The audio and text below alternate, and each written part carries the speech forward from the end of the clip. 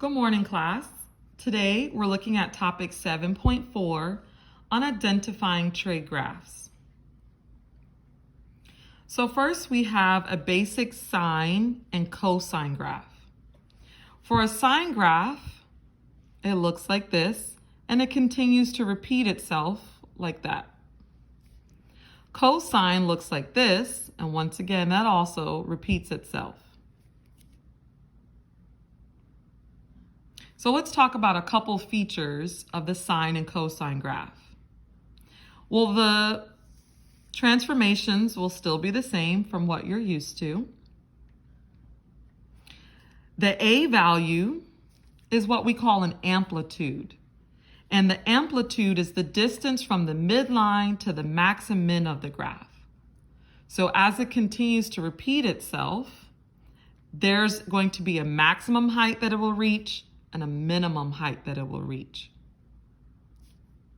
And so that distance we call A, and because distance is never negative, you would take the absolute value of A to come up with the amplitude. K is the midline. So that's the line which the graph oscillates around. So it's going to continue to move around that line, and that value is K. Because it is a line, it's defined by y equals. So the midline would be y equals k. And then the period is how long it takes the graph to start to repeat itself.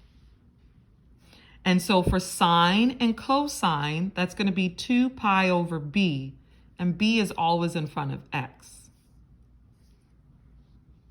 So once again, it takes 2 pi over b. Remember, when we're looking at a unit circle, how long does it take for the circle to repeat itself? 2 pi, or 360 degrees. And so those are the key features of a sine and cosine graph. Now let's look at tangent.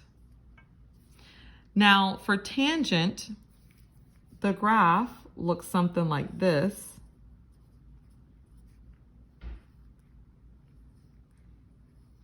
And so as you can see, there is no max and min, and so therefore there is no amplitude.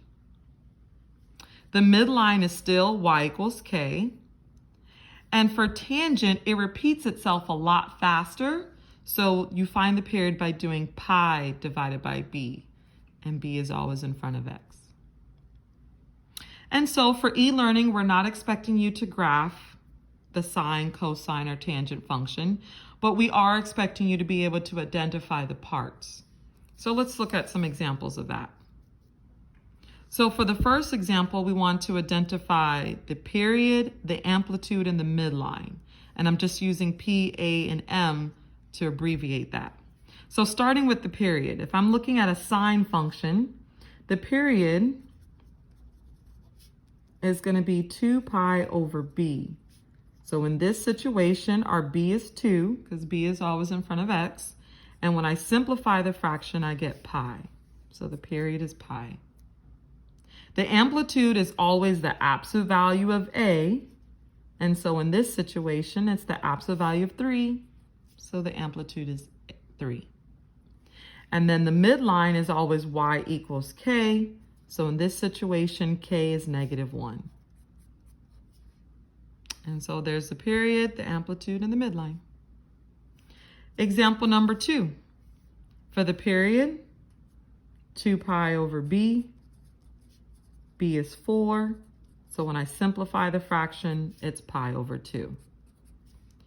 The amplitude is the absolute value of a.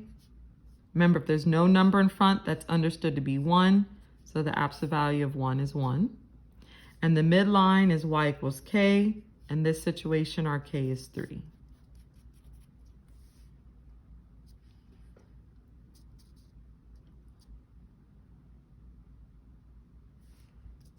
All right, let's look at some additional examples.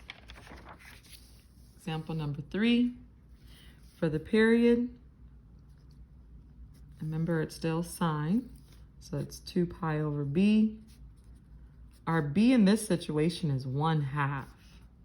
So we're dividing 2 by a half, and so that's 4 when we simplify. So 4 pi. The amplitude is the absolute value of A. Our A is -6, so the amplitude is 6.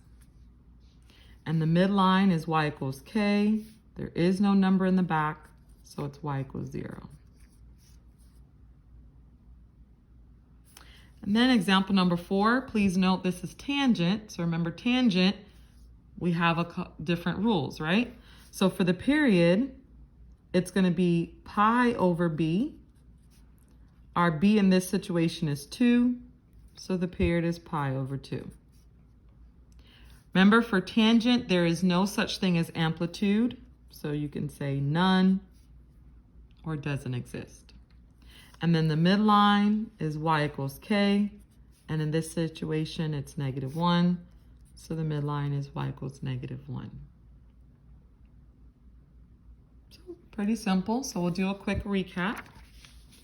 For sine and cosine, the amplitude is the absolute value of A, the midline is always y equals k, and the period is found by 2 pi over b. When it comes to tangent, there is no amplitude, the midline is y equals k, and the period is pi over b. If you have any additional questions, please log on to our Zoom session today to get those questions answered.